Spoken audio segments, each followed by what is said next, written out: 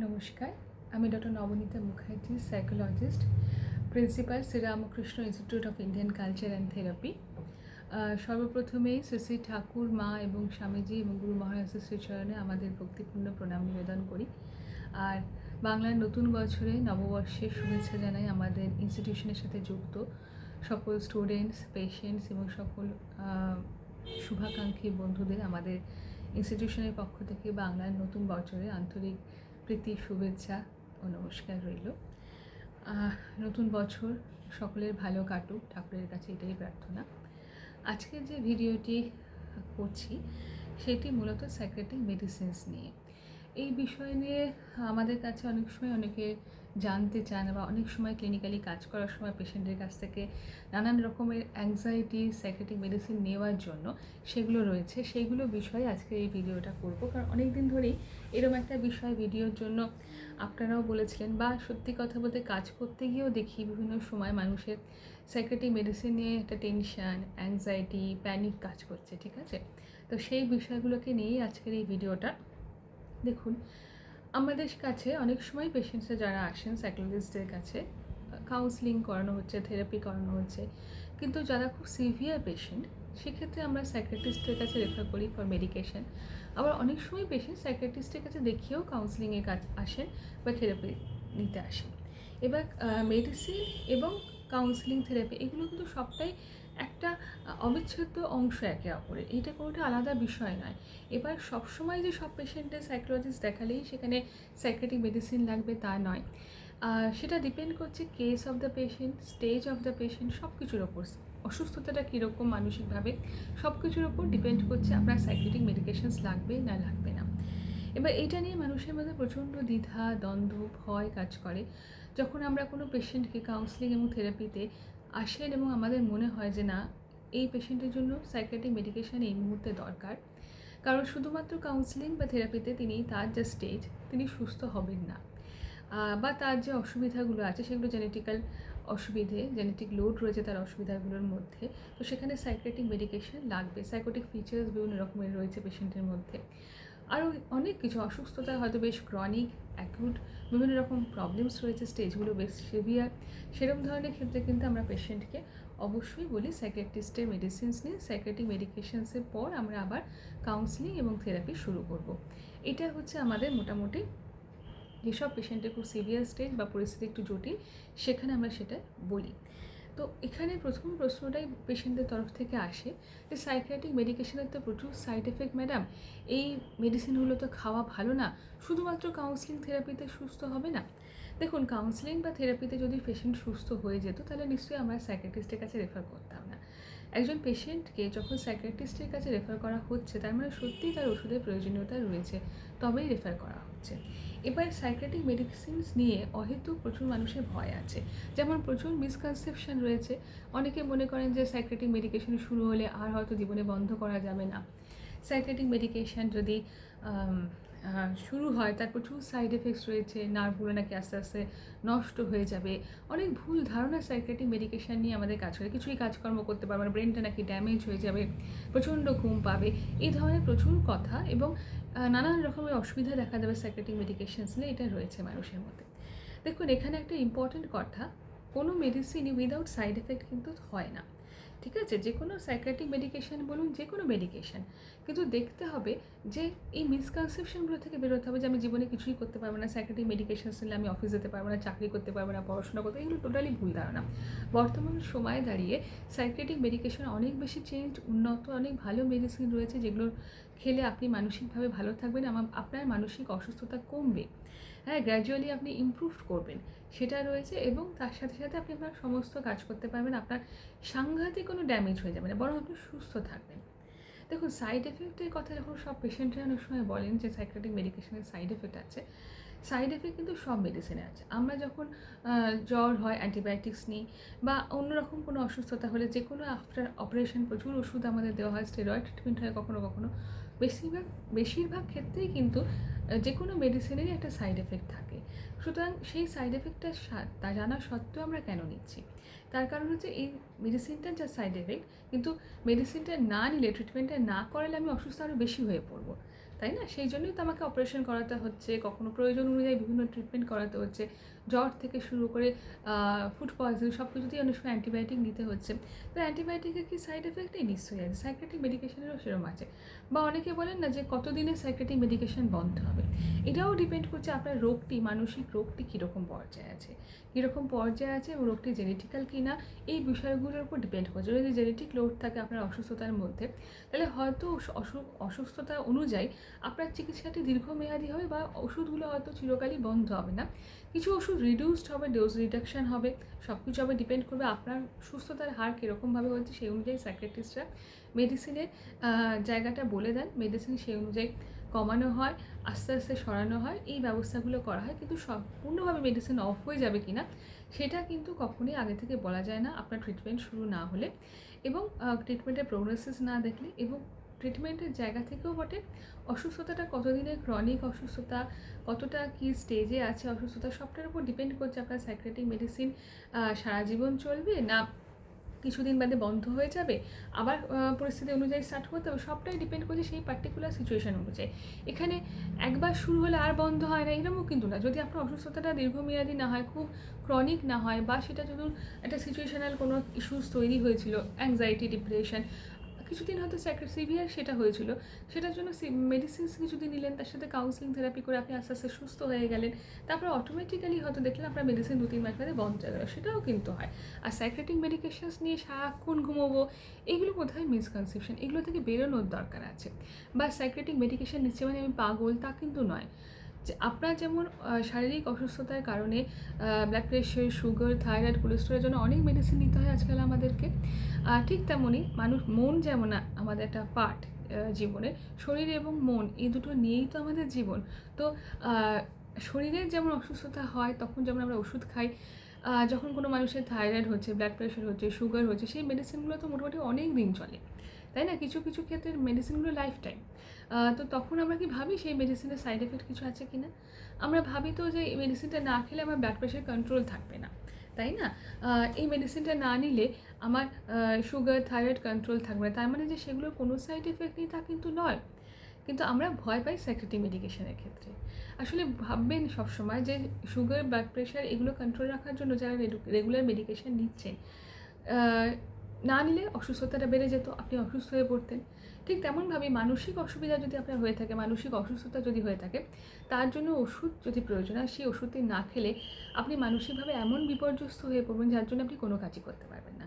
তার থেকে নিয়মিত সাইকিয়াট্রিস্ট দেখিয়ে মেডিকেশনসের সাহায্য নিয়ে তার সাথে কাউন্সিলিং, থেরাপি এগুলোকে ঠিকমতো করালে আপনার রিকভারি অনেক তাড়াতাড়ি হবে, সুস্থ থাকবেন, স্বাভাবিক থাকবেন।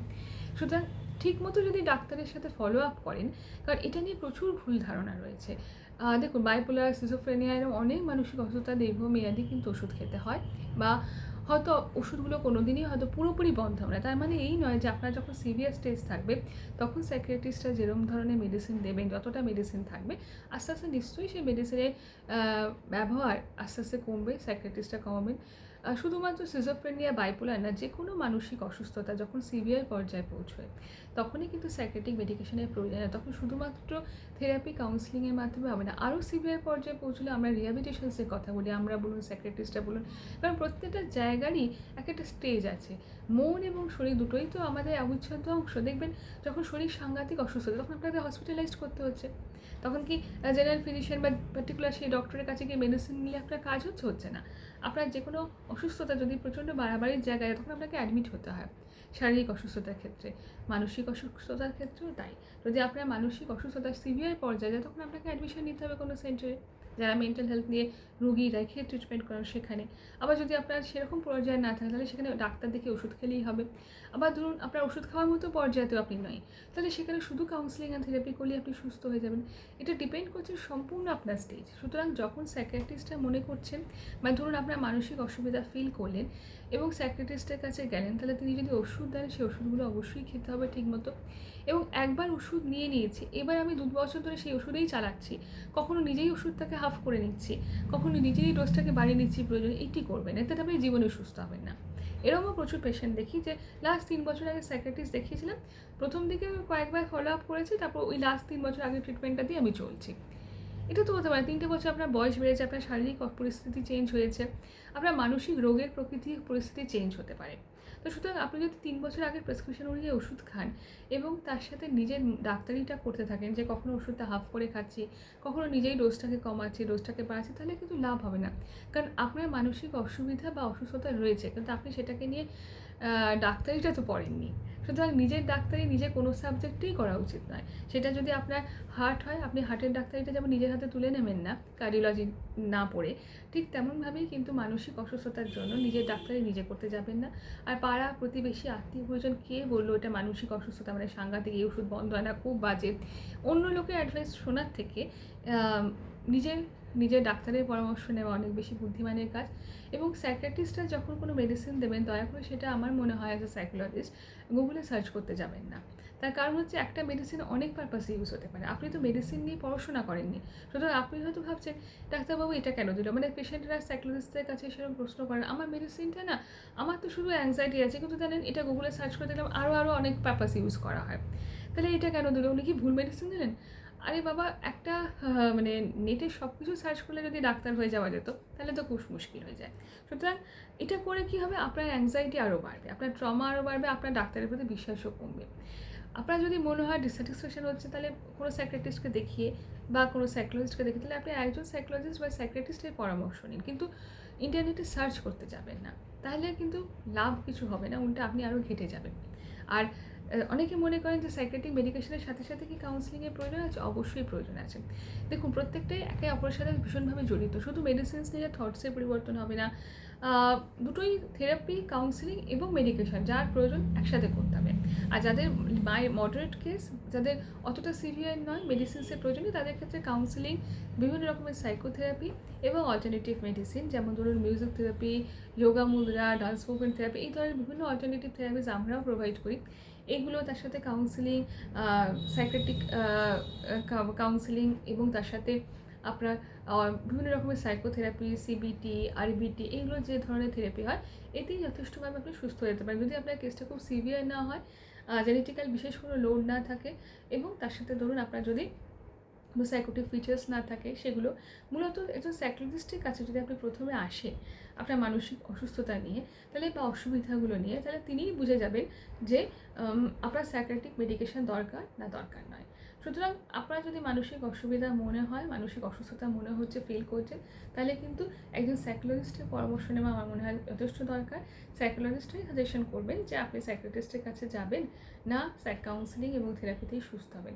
আর যদি মনে হয় যে না, প্রচণ্ড অসুবিধা হচ্ছে, হ্যালুসিনেশনস হচ্ছে, ডিলিউশনস আসছে বারবার করে, এবং বিভিন্ন রকমের অসুবিধাগুলো হচ্ছে, বা আপনি নিজেও জানেন আপনার অসুস্থতা যথেষ্ট ক্রনিক, এবং আগেও হয়তো সাইকিয়াট্রিক মেডিকেশন নিয়েছেন, প্রিভিয়াস বিভিন্ন এপিসোড ছিল, তাহলে সেক্ষেত্রে হয়তো আপনি আগেও সাইকিয়াট্রিস্টের কাছে যেতে পারেন। মোটামুটি সাইকিয়াট্রিস্টের কাছে আগে যান বা সাইকোলজিস্টের কাছে আগে আসুন, এটা একটা টিম ওয়ার্ক। সাইকোলজিস্টের কাছে গেলে সাইকোলজিস্টের যদি প্রয়োজন মনে করেন আপনার মেডিসিনস দরকার, তাহলে আপনাদেরকে সাইকিয়াট্রিস্টের কাছে রেফার করা হয়।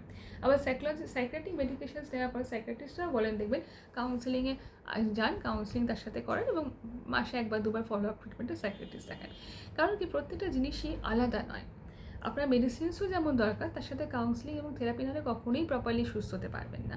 কারণ মেডিসিনস নিচ্ছেন ঠিক আছে, কিন্তু মনের যে সমস্ত অসুবিধাগুলোকে শেয়ার করা, ব্রেইন আউট অফ ইমোশনস, এটা তো সাইকিয়াট্রিস্টের কাছে গিয়ে হচ্ছে না। সুতরাং থেরাপি, সিবিটি, থটস চেঞ্জ হচ্ছে, থটসগুলোকে মডিফাই করা, রিপিটেটিভ নেগেটিভ থটস আছে, সমস্ত কিছুর জন্য সাইকোথেরাপি, সিবিটি, প্রয়োজন হলে psycho analysis, dream analysis, NLP, এগুলো যেমন সাইকিয়াট্রিস্টরা আমাদের কাছে পাঠান পেশেন্টদের সাইকোলজিস্টদের কাছে, এগুলোকে নিয়ে কাজ করার জন্য। ঠিক তেমন আমরাও যখন পেশেন্টের সিভিয়ার দেখি, পেশেন্ট যখন বেশ সিভিয়ার, মেডিসিন ছাড়া হবে না মনে হচ্ছে, মেডিকেশনসে রেফার করা হয়, আর আরও সিভিয়ার যদি পরিস্থিতি, তখন রিহ্যাবিলিটেশনস। সুতরাং কোনোটা মানেই কিন্তু আমি একদম বদ্ধ উন্মাদ হয়ে গেছি, পাগল হয়ে গেছি, আমার মানসিক সাংঘাতিক পাগলের মতো অবস্থা, তাই আমাকে সাইকোলজিস্ট দেখাতে হচ্ছে। মানে অনেক পেশেন্ট অনেক সময় বলেন আমি সাইকিয়াট্রিস্টের কাছে যাবো না, সাইকিয়াট্রিস্টের কাছে যত মানসিক সমস্যা আছে তারা যায়। দেখুন, মানসিক সমস্যা আমাদের হতেই পারে, শারীরিক সমস্যার মতো মানসিক সমস্যা হতেই পারে। মানসিক কোনো সমস্যা থাকা মানে আমার ডিপ্রেশন আছে, অ্যাংজাইটি আছে, ট্রমা আছে, বা অন্য কিছু আছে, বা আমার ধরুন কোনো জেনেটিক্যালি সাইকোলজিক্যাল ডিসঅর্ডার্স আছে, বা ধরুন কোনো ট্রমা আছে, সাংঘাতিক কিছু অসুস্থতা মানসিকভাবে তৈরি হয়েছে আমার, তাহলে আমার মানসিক একটা অসুস্থতা হয়েছে বা মানসিক রোগ হয়েছে, সেটাকে অ্যাকসেপ্ট করতে হবে। এই স্টিগমাটা থেকে বেরোতে হবে। আমার যেমন শরীরে নানান অসুস্থতা হতে পারে, এই যে চশমা পড়ছি চোখের অসুবিধার জন্যই তো পড়ছি, তো চোখের যদি অসুবিধা হতে পারে, মনের কেন অসুবিধা হবে না, তাই না? কানের অসুবিধা হতে পারে, আমরা ইএনটি দেখাচ্ছি, তাহলে সেক্ষেত্রে আমরা তো সেই অসুবিধাটাকে অ্যাকসেপ্ট করছি যে হ্যাঁ ভাই, আমার কানের সমস্যা হচ্ছে, আমাকে কানের ডাক্তারের কাছে যেতে হবে। তার মানে কি আমি কানে একদম কালা হয়ে গেছি? তা তো নয়।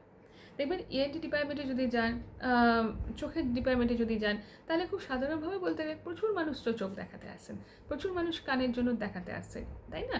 যে কোনো ডাক্তারের কাছে। তো সেটা অর্থোপেডিক, তার মানে কি ওই ডিপার্টমেন্টগুলোতে যাচ্ছি মানে ডেফিনেটলি আমরা সেই ডিপার্টমেন্টাল প্রবলেম তো হয়েছে, কারণ ইএনটি দেখাচ্ছি মানে আমার কানে একটা সমস্যা হয়েছে বলেই দেখাতে যাচ্ছি। প্রথম কথা, আমি সেটাকে অ্যাকসেপ্ট করছি যে হ্যাঁ, আমার কানে একটা সমস্যা হয়েছে, কিন্তু কানের সমস্যা হয়েছে বলে ইএনটি দেখাচ্ছি মানে আমি কিন্তু একদম কালা হয়ে যাইনি। যাকে সোকল্ড কালা কথাটা ইউজ করা হয়তো উচিত না, তাও বলছে, কিন্তু তার মানে কি আমাকে কানের সমস্যাটা ঠিক করার জন্য একজন কানের ডাক্তারের কাছে যেতে হচ্ছে। ঠিক তেমনভাবেই মানসিক সমস্যা হয়েছে, সেটাকে অ্যাকসেপ্ট করতে হবে যে হ্যাঁ, আমার মন আছে, আমার মনের একটা সমস্যা হয়েছে, তার মানে আমাকে সেই সমস্যা নিয়ে যারা ডিল করেন তাদের কাছে যেতে হবে। তার মানে আমি পাগল হয়ে যাইনি।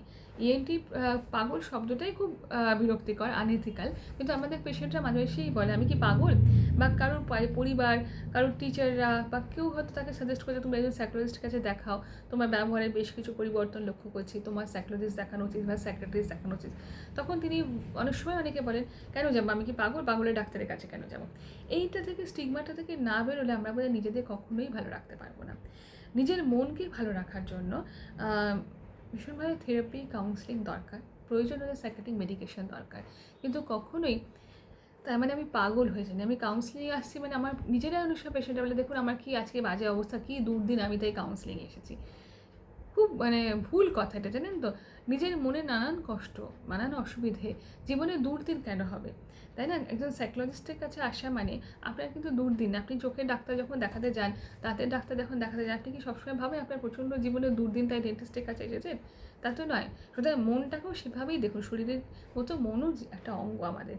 যখন আমরা একটা শরীর ধারণ করে পৃথিবীতে জন্মেছি, হ্যাঁ, তখন শরীর, মন, আত্মা সব নিয়েই তো জীবন, এবং শরীর এবং মন দুটোই অসুস্থ হয়। সুতরাং দুটোরই চিকিৎসার প্রয়োজন আছে, এবং চিকিৎসা শারীরিক ক্ষেত্রেও যেমন এক এক রকম হয়।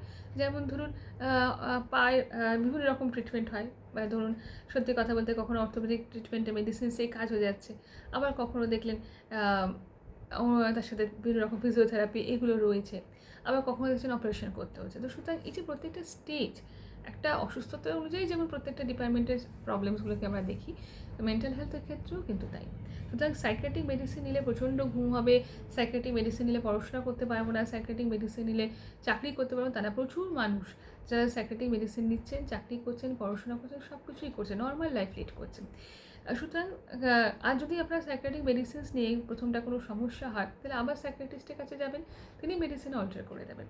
কিন্তু মেডিসিন নেব না ভয়ে বা আমি পাগল নাকি সেটা ভাবা দরকার নেই। হ্যাঁ, এটা অবশ্যই মনে হতে হবে যে আমি যখন একজন মানসিক স্বাস্থ্য নিয়ে কাজ করেন এরকম ডাক্তারের কাছে যাচ্ছি বা সাইকোলজিস্টের কাছে যাচ্ছি, ডেফিনেটলি আমরা সেটা নিয়ে সমস্যা হয়েছে হয়তো, আপনার মানসিক অসুবিধা বা মানসিক অসুস্থতা হয়েছে বলেই হয়তো আপনি সাইকিয়াট্রিস্টের কাছে গেছেন, কিন্তু এটাকে মেনে নিতেও দুঃখ হওয়ার কিছু নেই। আমাদের যদি শরীরে হাজারটা অসুবিধার জন্য আমরা ডাক্তারের কাছে যেতে পারি, তার মানে সেটা অ্যাকসেপ্টেড যে হ্যাঁ, আমার হার্টের সমস্যা হচ্ছে তাই আমি বাবা কার্ডিওলজিস্টের কাছে যাচ্ছি, তার মানে মনের সমস্যাটা তাই মানসিক ডাক্তারের কাছে গেছি। এটাকে যতটা আমরা সহজভাবে নিজের ক্ষেত্রে নিতে পারবো, তত আমরা নিজের চিকিৎসা ভালোভাবে করাতে পারবো। কারণ মানসিক রোগ, mental health is first priority. আপনার মন যদি ভালো না থাকে, আপনার শরীর যতই সুস্থ থাকুক, আপনি দেখবেন কিছু কাজ করার আপনি এনার্জি পাচ্ছেন না, কিছুই ভালো লাগছে না। হয়তো দেখলেন আপনার হার্ট থেকে শুরু করে দাঁত সবই ভালো আছে এই মুহূর্তে, কিন্তু দেখলেন আপনার কিছু করতেই ভালো লাগছে না, কারণ ওই যে মনটা ভালো নেই, তাই না? হৃদরোগ কিছু না থাকলেও মনের রোগ থাকলে খুব মুশকিল। সুতরাং mental health is our first priority. মন যদি সুস্থ থাকে, মন যদি সুন্দর থাকে, স্বাভাবিক থাকে, তাহলে দেখবেন অনেক শারীরিক প্রতিবন্ধকতাকে আমরা জয় করতে পারি। অনেক শারীরিক প্রতিবন্ধকতা মানসিক শক্তি দিয়ে, মনের জোর দিয়ে কিন্তু আমরা দূর করতে পারি, সেটা আপনারা সবাই জানেন। সুতরাং মন যদি অসুস্থ থাকে এবং আমরা যদি ফিল করি মানসিক কোনো অসুবিধা হচ্ছে, বুঝতে পারছি নিজের মনটা আগের মতো ভালো নেই, মনটাকে অস্বস্তি লাগছে, তাহলে প্রথমে সাইকোলজিস্টের কাছে আসতে পারেন, তাদের কাছ থেকে কাউন্সিলিং থেরাপি নিতে পারেন, এবং তারপর যখন মনে হবে, তারাই যদি মনে করেন, তাহলে তখন সাইকিয়াট্রিস্টের কাছে পাঠাবেন। আর প্রয়োজন না থাকলে কাউন্সিলিং থেরাপিতে আপনি আস্তে আস্তে সুস্থ হয়ে যাবেন। এবং আমি থেরাপি নিচ্ছি, কাউন্সিলিংটা নিচ্ছি মানে আমি ভালো থাকার পথ নিজেকে ভালো রাখছি। নিজেকে ভালো রাখতে তো আমরা অনেক সময় অনেক কিছু অবলম্বন করি, আমার গান শোনা, সিনেমা দেখা, বেড়াতে যাওয়া, হয়তো এগুলোর থেকে কাউন্সেলিং বা থেরাপি অনেক বেশি কাজ করে। কারণ আপনার মন অনেক বেশি ওয়েন্ট আউট হয় আপনার জীবনের সমস্ত কষ্ট, দুঃখ সাইকোলজিস্টের কাছে আসলে। হ্যাঁ, এবং এটা চিরস্থায়ী হয়। আপনার যদি মানসিক কোনো অসুবিধা হয়ে থাকে বা অসুস্থতা হয়ে থাকে, সবটাই কিন্তু একটা সায়েন্টিফিক ওয়েতে তার ট্রিটমেন্ট হলো। সুতরাং সেই ট্রিটমেন্টটা ভীষণ দরকার, এবং সেখান থেকে আপনাদের মন সুস্থ থাকে। এবং সবাইকেই যে সাইকিয়াট্রিস্টের মেডিসিন নিতে হবে তা কিন্তু নয়। এটা আবারও যে ভয় পাওয়ার কিছু নেই যে সাইকোলজিস্টের কাছে আসলে সাইকিয়াট্রিস্টের কাছে রেফার করে দেবে, তাও না। যদি আপনার প্রয়োজন না থাকে কোনো সাইকোলজিস্টই কিন্তু সাইকিয়াট্রিস্টের কাছে রেফার করবেন না প্রয়োজন ছাড়া। সুতরাং এটা নির্দ্বিধায় সাইকোলজিস্টের কাছে আসুন, কাউন্সেলিং করান, থেরাপি করান। যদি সাইকোলজিস্টরা বোঝেন তখনই রেফার করা হয়। এছাড়াও কিছু টেস্টেও অনেক সময় রেফার করা হয়, সেই সাইকোমেট্রিক বিভিন্ন টেস্ট, সেগুলো প্রয়োজন হলে তবে করা হয়। তা না হলে কিন্তু অপ্রয়োজনীয় কোনো কিছু করানো হবে না। আর সবচেয়ে বড় কথা, সাইকিয়াট্রিক মেডিকেশান আপনার যখন সুস্থতা তৈরি হবে, আপনি নিজেও বুঝতে পারবেন মেডিসিনগুলো খেয়ে আপনারা ভালো আছেন, এবং তখন দেখবেন সাইকিয়াট্রিস্টরা হয়তো আস্তে আস্তে মেডিসিনগুলোকে কমিয়ে দেবেনই আপনি যদি ঠিকমতো ফলো আপ ট্রিটমেন্ট করেন। তা না হয় 3 বছর আগে দেখিয়েছিলাম, তখন 2-3 বার দেখিয়েছি, তারপর 3 বছর ধরে একই মেডিসিন খাচ্ছে, তাহলে দোষটা তো সাইকিয়াট্রিস্টের নয়, দোষটা আপনার। কারণ আপনি 3 বছর পরে আর 3 বছরের মধ্যে তাকে দেখাননি, আপনি তার ডোজটাকেই কখনো বাড়াচ্ছেন, কমাচ্ছেন, এরকম করছেন। এইভাবে কী হচ্ছে, আপনার ট্রিটমেন্ট ভুল হচ্ছে, আপনার মানসিক স্বাস্থ্য খারাপ হচ্ছে, এবং এই অবস্থায় যদি কাউন্সেলিং করেন তাহলে তাতেও কাজ হবে না। সুতরাং মেডিকেশানটাকে যদি, যাদের মেডিকেশান চলছে বা চলে, তাদের কিন্তু প্রপারলি সেই মেডিকেশানসটাকে ডাক্তারের সাথে ফলো আপ করতে হবে। তার সাথে রেগুলার বেসিসে যেমন কাউন্সেলিং, থেরাপি চলে সেটা করতে হবে। আর যাদের মেডিসিন লাগে না বা মেডিসিন চলেনি, তাদের ক্ষেত্রে শুধু কাউন্সেলিং অ্যান্ড থেরাপি করলেই যথেষ্ট। আর থেরাপির বেনিফিট অনেক, সত্যি কথা বলতে গেলে। থেরাপি মানে যে শুধুমাত্র সাংঘাতিক মানসিক অসুস্থতা, সাংঘাতিক ডিপ্রেশন, সাংঘাতিক ট্রমা, তার জন্যই কাউন্সেলিং তা নয়। সিভিয়ার হয়ে গেলে তো মেডিকেশানস প্রয়োজন সবার আগে। কিন্তু যাদের মডারেট স্টেট বা কোনো মানসিক অসুস্থতা নেই, কিন্তু মানসিকভাবে কোনো কারণে ভালো লাগছে না, মানসিকভাবে বিপর্যস্ত লাগছে, বা মনে হচ্ছে আমার কিছু কথা শেয়ার করা উচিত কারোর সাথে, নিজেকে হালকা করতে, অনেক সময় হয় না যে ভীষণভাবে আমরা স্ট্রেসড, তাহলে সেখানেও কিন্তু কাউন্সেলিং থেরাপি কাজ করে। অল্টারনেটিভ থেরাপিস যেমন ধরুন yoga mudra, music therapy, dance movement therapy, art therapy, play therapy, flower therapy, এরকম অনেক রকম থেরাপি আছে। এছাড়াও meditation, breathing exercise, relaxation technique, এ ধরনের যে বিভিন্ন অল্টারনেটিভ থেরাপিসগুলো আছে, সেগুলোও কিন্তু আমাদের ভালো লাগতে ভীষণ সাহায্য করে। এবং আমাকে কে কী বললো, আমাকে বন্ধুবান্ধবরা কতটা নিরুৎসাহ করলো, বা আত্মীয় স্বজন, বাড়ির লোক, এটাকে কান দিলে হবে না। আমার ভালো থাকা, আমার নিজেকে ভালো রাখতে প্রয়োজন হলে থেরাপি নিন। থেরাপি নিলে বুঝতে পারবেন আপনারা কতটা ভালো আছেন। হ্যাঁ, আপনারা যারা থেরাপি করাননি কখনো বা কাউন্সেলিং করাননি, তারা হয়তো বুঝতে পারবেন না। যেমন আমরা বললাম সাইকিয়াট্রিক মেডিকেশনের ক্ষেত্রেও ট্রিটমেন্টটাকে ফলো আপে রাখতে হয়, ডাক্তারের কথা অনুযায়ী সিটিংগুলোকে সাইকিয়াট্রিস্টের সাথে নিতে হয়। কাউন্সেলিংয়ের ক্ষেত্রে দেয়, কাউন্সেলিং ইজ এ প্রসেস। একদিন কাউন্সেলিংয়ে করে নিলাম তাহলে কিন্তু হবে না। এটা ওই কোনো একটা বিউটি থেরাপি নয় যে মাসে একবার গেলাম, একটুখানি কিছু একটা করে নিলাম, বা কখনো অকেশনালি বিয়ে বাড়ির আগে একটু ফেশিয়াল করলাম, বিষয়টা কিন্তু তা নয়। সোজা কথা, যারা করেন সেক্ষেত্রে বলছে কোনোটার সাথে কোনোটার বিরোধ নেই, কিন্তু যেটা হচ্ছে কি, এটা সেই জিনিস নয়। কাউন্সেলিং থেরাপি করলেও যখন সাইকিয়াট্রিস্ট বা সাইকোথেরাপিস্টরা যেরকমভাবে বলে দেবেন, সাইকোঅ্যানালিস্টরা যে পরপর কীভাবে সেশনস নিতে হবে, সেটাকে ফলো করতে হবে, তবেই আপনি সুস্থ হতে পারবেন। আপনি একটা কাউন্সেলিং নিলেন, আপনার সাইকোলজিস্ট হয়তো বলেছেন আবার 7 দিন 10 দিন বাদ আসবেন, আপনি আবার 1 মাস বাদ দিলেন, তাতে সত্যিই কাজ হবে না। কারণ প্রত্যেকটা একটা সায়েন্টিফিক ওয়েতে, একটা সায়েন্টিফিকভাবে এগোতে হয়, তবেই আপনি তার গ্র্যাজুয়াল অনসেটটাকে বুঝতে পারবেন কতটা আপনি ভালো আছেন। এবং নিজের ভালো থাকার জন্য নিজেকে থেরাপি নিতে হবে। যদি আপনাকে অন্য কেউ সাপোর্ট না করে, আপনার অন্য কেউ যদি আপনাকে না বোঝে, তাহলে নিজেকে ভালো রাখতে হবে। তার জন্য কাউন্সেলিং, থেরাপি ভীষণ ইম্পর্টেন্ট। সাইকিয়াট্রিক মেডিটেশন চললেও কাউন্সেলিং এবং থেরাপি ভীষণভাবে ইম্পর্টেন্ট। তা নাহলে সম্পূর্ণ সুস্থতা বোধহয় আসাটা অসুবিধা হয়ে যায়। ঠিক আছে? এবং কাউন্সেলিং এবং থেরাপির সাথে আরও অল্টারনেটিভ থেরাপিস, এগুলোকে নিলে আপনারা সত্যিই ভালো থাকবেন। এবং সাইকিয়াট্রিক মেডিকেশনস নিয়ে আজকের ভিডিওটা মূলত করাই এই জন্য যে সাইকিয়াট্রিক মেডিকেশন নিয়ে প্রচুর মানুষের ভয় থাকে। অযথা ভয় পাবেন না, সাইড এফেক্টস নিয়ে অতটা ভাববেন না। কারণ সেই মুহূর্তে আপনার যদি মেডিকেশনসটা ইম্পর্টেন্ট হয়, সাইড এফেক্টসের ভয় পিছিয়ে এলে, ওষুধটাকে ঠিকমতো না খেলে, ডাক্তার যা ওষুধ দিয়েছে তার হাফ করে খেলে আপনি কোনো দিনই সুস্থ হবেন না। তখন আপনার অসুস্থতা আরও বাড়বে, পরিস্থিতি আরও জটিল হবে, জটিল থেকে জটিলতর হবে। ফলে ওষুধটা জীবনে কমবে না। সুতরাং প্রপারলি যদি খান, সাইড এফেক্ট কী আছে অত না ভেবে, কারণ সাইড এফেক্ট সব কিছুর থাকে। আমি বলবো না যে সাইকিয়াট্রিক মেডিকেশনে কোনো সাইড এফেক্ট, কিন্তু এতটাও নয় যতটা আপনারা ভয় পাচ্ছেন। ওই যে বললাম, এটি অ্যান্টিবায়োটিক থেকে শুরু করে যা কিছু ওষুধ হয়, without medicines, without side effect হয় না বোধহয়, সত্যি কথা বলতে গেলে। কিন্তু আমরা সাইকিয়াট্রিক মেডিকেশন নিয়ে যেহেতু স্টিগমা রয়েছে আমাদের বেশি, তার জন্য ভয় বেশি পাই। আর এখন বর্তমান সময়ে সাইকিয়াট্রিক মেডিকেশন অনেক উন্নত, সুতরাং প্রয়োজন হলে খেতে হবে, সোজা কথা। আমার যদি প্রয়োজন হয় আমাকে তো একটা অপারেশন করাতে হচ্ছে শরীরে, তা নাহলে যখন শরীর জিনিসটা সুস্থ আছে তখন কি আমাকে ওটি করতে হয় না।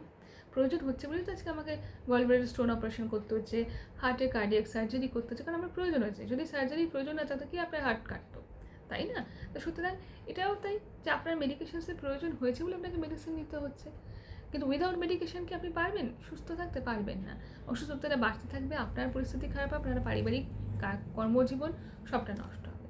তার থেকে প্রপার সাইকিয়াট্রিক মেডিকেশন যদি দরকার নিন, কোনো অসুবিধা নেই, তার সাথে থেরাপি করান, ভালো থাকবেন এবং ডাক্তারের সাথে ঠিকমতো পরামর্শ নিন, তাহলে দেখবেন কোনো অসুবিধা হবে না। কারণ সাইকিয়াট্রিক মেডিকেশন নিয়ে না ভিডিওটা এই জন্যই করলাম, প্রচুর মানুষ আমাদের কাছে থেরাপি নিতে এসে, কাউন্সেলিং করাতে এসে আমার কাছে এই প্রশ্নটা করেন যে সাইকিয়াট্রিক মেডিসিন নেওয়াটা তো ভালো না ম্যাডাম, অমুক না।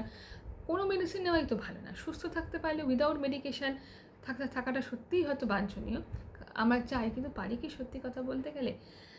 কার্ডিওলজি থেকে শুরু করে দাঁত, চোখ, নাক, কান, কত কিছু মেডিসিন চলছে আমাদের। দেখবেন সুগারের মেডিসিন, থাইরয়েডের মেডিসিন, কোলেস্ট্রলের মেডিসিন, কথায় কথা বলছি। তাহলে সুতরাং আমাদের তো সেই মেডিসিনগুলো না চললেও ভালো হতো, হচ্ছে না তো। সুতরাং যার যেরকম অসুবিধা সেই অনুযায়ী আমাদের মেডিসিন হয়তো নিতে হতে পারে, সেটাতে দুঃখ পাওয়ার কিছু নেই।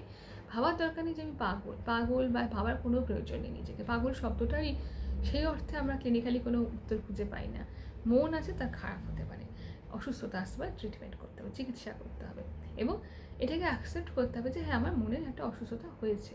শরীরের যেমন অসুস্থতা হয় সেটাকে আমরা অ্যাকসেপ্ট করি বলেই চিকিৎসকের কাছে যাই। কানে একটা অসুবিধা হয়েছে সেটা আমি অ্যাকসেপ্ট করছি বলেই ইএনটির কাছে যাই। চোখে প্রবলেম হয়েছে বলেই বিশ্বাস করি, বলে অ্যাকসেপ্ট করি বলেই আমরা চশমাটা পরছি।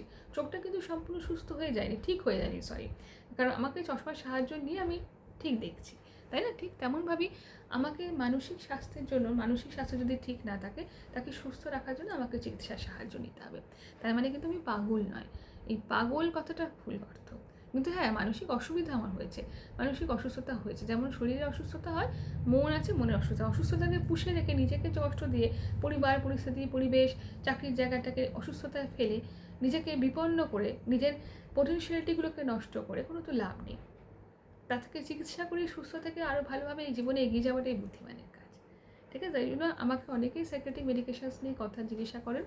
সেই জন্যই বলবো চিন্তা করবেন, আপনার সাইকিয়াট্রিস্টের দেওয়া মেডিসিন নিয়ে চলুন, তার সাথে ঠিকমতো ফলো আপ ট্রিটমেন্ট করান, কাউন্সেলিং, থেরাপি, অল্টারনেটিভ থেরাপিস, এগুলো মেডিসিনস এগুলো নিন, তাহলে দেখবেন ভালো থাকবেন। যদি কোনো কারণে মনে হয় যে হ্যাঁ আপনার এই সাইকোলজিস্টকে দেখিয়ে বা এই মেডিসিনস নিয়ে কাজ হচ্ছে, তখন আপনি সাইকিয়াট্রিস্টের সাথে পরামর্শ নিন আবার, বা সাইকিয়াট্রিক মেডিকেশনসগুলো স্টার্ট করে আপনার কোনো সমস্যা হচ্ছে মনে হচ্ছে খুব সিভিয়ার, তখন সাইকিয়াট্রিস্টের সাথে কথা বলে নিশ্চয়ই পথ বেরোবে। কিন্তু বন্ধ করে দেবেন না, নিজের মতো ডোজ কমিয়ে দেবেন না, তাতে কিন্তু ফল মারাত্মক হয়।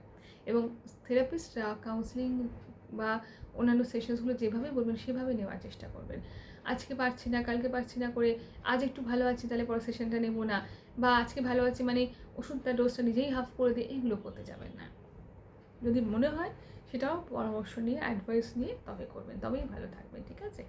আর এই কারণেই আমাদের আজকে ভিডিওটা করা আছে। সবাই ভালো থাকুন, সুস্থ থাকুন। আর অনেকেই যারা আমার অ্যাপয়েন্টমেন্টের জন্য, কাউন্সেলিং বা এসবের জন্য আমার অ্যাপয়েন্টমেন্ট নিতে চান, তাদেরকে আবারও বলবো সবশেষে আমার হোয়াটসঅ্যাপ নাম্বারটা 8697585990, এই নাম্বারে হোয়াটসঅ্যাপ করবেন। আপনাদের নাম, বয়স লিখে কাউন্সেলিং বা থেরাপির জন্য যোগাযোগ করতে চাইছেন। আমরা অনলাইন, অফলাইন সবভাবেই থেরাপি প্রোভাইড করে থাকি, কাউন্সেলিং প্রোভাইড করে থাকি। আমি নিজেই কাউন্সেলিং থেরাপি করি, অনেকেই আমার অ্যাপয়েন্টমেন্ট চান, সেক্ষেত্রেই বললাম। এবং অ্যাপয়েন্টমেন্ট পেতে 7-10 দিন কি 15 দিন সময় লাগতে পারে। হোয়াটসঅ্যাপে অ্যাপয়েন্টমেন্ট বুকিং হয়, সমস্ত প্রসেস হোয়াটসঅ্যাপে যারা দেখেন বলে দেবেন। কিন্তু অ্যাপয়েন্টমেন্ট ইমার্জেন্সিভাবে কালকে চাইলে কালকে সেভাবে মানে স্লট বুক করে অ্যাপয়েন্টমেন্ট দেওয়া হয়, সুতরাং সেই স্লট হয়তো 10-12 দিন আগে থেকে বুকিং করা থাকে। অ্যাপয়েন্টমেন্ট নিলে হোয়াটসঅ্যাপ করলে আপনারা স্লট পাবেন, 7-10 দিন হয়তো সময় লাগবে, ঠিক আছে? কিংবা 2 সপ্তাহ সময় লাগতে পারে। আর আমাদের অল্টারনেটিভ থেরাপিসের 1 year post graduate diploma in applied alternative therapies and positive psychology কোর্সের নতুন ব্যাচ আবার শুরু হচ্ছে। 14 মে থেকে ক্লাস শুরু হবে, অ্যাডমিশন চলবে 10th মে অবধি। আপনারা যারা এই কোর্সটিতে অ্যাডমিশন নিতে চান, এই কোর্সটির মধ্যে art therapy, music therapy, dance movement therapy, yoga mudra, flower therapy, এবং breathing exercise, relaxation, muscle relaxation technique সমস্ত কিছু আছে। মানে অনেকগুলো অল্টারনেটিভ থেরাপিস নিয়ে 1 year post graduate diploma in applied alternative medicine and positive psychology. আমাদের আগের ব্যাচের পরীক্ষা শেষ হয়েছে, আবার নতুন ব্যাচে অ্যাডমিশন শুরু হয়েছে। এই কোর্সটি 1 বছরের কোর্স। এই কোর্সটি নিয়ে ডিটেল একটি ভিডিও আমরা পরে আপনাদের দেবো।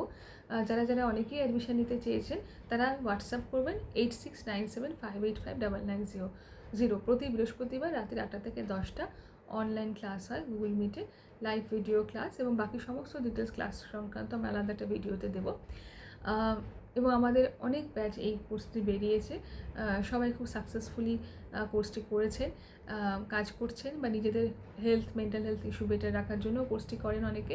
সুতরাং এই কোর্স নিয়ে সম্পূর্ণ আলাদা একটি ভিডিও আমরা করব। কিন্তু আজকে এইটুকুই বলে রাখলাম, যারা ইন্টারেস্টেড থাকবেন হোয়াটসঅ্যাপ করতে পারেন। আর সাইকিয়াট্রিক মেডিসিন নিয়ে অযথা ভয় পাবেন না। নিজের মন সুস্থ রাখার জন্য যদি আমাকে কিছু ওষুধ খেতে হয় শরীর সুস্থ থাকার মতো, মনকেও সুস্থ রাখার জন্য, তাহলে সেটাকে গ্রহণ করতে হবে, তাতে আপনারাই ভালো থাকবেন, সুস্থ থাকবেন, এবং তার সাথে কাউন্সিলিং এবং থেরাপির সাহায্য নেবেন, প্রয়োজন হলে সাইকোঅ্যানালিসিস করাবেন সেই জন্য। আর আমাদের ইনস্টিটিউশনের পক্ষ থেকেও এই সমস্ত থেরাপিগুলো প্রোভাইড করা হয়। ঠিক আছে, সবাই ভালো থাকবেন। আবার কোনো না কোনো ভিডিওতে নিশ্চয়ই আমরা আপনাদের কাছে আসবো, এবং আপনারা আমাদের হোয়াটসঅ্যাপে অনেক বিষয় নিয়ে ভিডিও করতে বলেন, সেসব বিষয় নিয়েই আমরা করছি। সাইকিয়াট্রিক মেডিসিন নিয়েও ভিডিও আপনাদের অনুরোধেই করা বলতে গেলে। হয়তো সবসময় একটু ভিডিও দিয়ে উঠতে পারি না, কাজের ব্যস্ততা থাকে নানান রকমের, কিন্তু তাও চেষ্টা করি আপনাদের কাছে আসার। সবাই ভালো থাকবেন। পরবর্তীকালে কখনো ইউটিউবে লাইভ অনুষ্ঠান করার ইচ্ছে রইলেও সময়ের অভাবে হয় না। সবাই ভালো থাকুন, সুস্থ থাকুন, অযথা ভয় পাবেন না। মানসিক স্বাস্থ্য নিয়ে সচেতন হন, ডাক্তার দেখান, সাইকিয়াট্রিস্ট দেখান, সাইকোলজিস্ট দেখান, থেরাপি করান। কষ্ট হলে সেটা থেরাপিস্টের কাছে আসুন, ভালো থাকুন। মন ভালো না থাকলে না কিছুই ইচ্ছে করে না তখন। তাই জন্য নিজের মনকে আগে সুস্থ রাখতে হবে, নিজেকে ভালো রাখতে হবে, নিজের মনকে ভালো রাখতে হবে। মন ভালো রাখলে না দেখবেন শরীরও অনেক সময় সুস্থ লাগে। আর মন খারাপ থাকলে না কিছুই ভালো লাগে না, কিছু করার এনার্জিটাই থাকে না। তখন মনে হয় থাকবে, ভালো যে লাগছে না কিছু, কী আর হবে। সুতরাং মনটা ভীষণ দরকার সুস্থ রাখা। নিজেকে ভালো রাখতে পারলে দেখবেন আমরা আমাদের চারপাশটাকেও সুন্দর রাখতে পারবো। এবং এই স্টিগমাগুলো থেকে আমাদের বেরোতে হবে যে আমার মানসিক রোগ হয়ে গেছে, ডাক্তার দেখাতে হচ্ছে, সাইকোলজিস্ট দেখাতে হচ্ছে, তা না। আমরা তো ছোটোবেলা থেকে নানান বিষয়ের জন্য ডাক্তার দেখাই, এখানে দেখাচ্ছি, কী আর করা যাবে। এটাতে কোনো রকমভাবে অনুশোচনা, দুঃখ, ভয় কিছু রাখার দরকার নেই। সবটাই জীবনের একটা অঙ্গ হিসেবে দেখবেন। ভালো থাকবেন, সুস্থ থাকবেন। আপনাদের সকলকেই আমার পক্ষ থেকে আন্তরিক শুভেচ্ছা এবং নমস্কার জানাচ্ছি। সুস্থ থাকুন, ভালো থাকুন, এবং মানসিক স্বাস্থ্য নিয়ে সচেতন হন, সচেতনতা প্রসার করুন। নিজেরাও ভালো থাকুন, আমাদের চারপাশটাকেও সুন্দর রাখুন, এটাই চাইবো। এবং আমাদের ভিডিওটা পারলে একটু শেয়ার করে দেবেন, কারণ এটা একটা অ্যাওয়ারনেস ভিডিও, তো অনেক মানুষের হয়তো উপকার হবে। ভালো থাকুন, সুস্থ থাকুন, এবং আমি যে বিষয়ে ভিডিওটি করলাম সেটি একেবারেই যাতে সবাই ভালো থাকে সেই ভাবনা নিয়েই করা। ঠিক আছে, এখানে কোনো পার্টিকুলারলি সাইকিয়াট্রিক মেডিকেশনসকে গুরুত্ব দিচ্ছি মানে এই নয় যে সবাইকেই মেডিসিন নিতে বলছে, তা না। পরিবেশ, পরিস্থিতি, স্টেজ, কেস অফ দ্য পেশেন্টের ওপর সমস্ত ট্রিটমেন্ট প্ল্যানটা সব সাবজেক্টেরই নির্ভর করে। সুতরাং এটাও তাই। সবাই ভালো থাকবেন, সুস্থ থাকবেন, এবং মানসিক স্বাস্থ্য নিয়ে সচেতন হন। মনটাকে ভালো রাখুন, নিজেদের সুস্থ রাখুন, শরীর ও মন দুটো নিয়েই নিজেদের সচেতন হন। নিজেদের সুস্থতা সবার আগে দরকার। ঠিক আছে, ভালো থাকবেন, নমস্কার।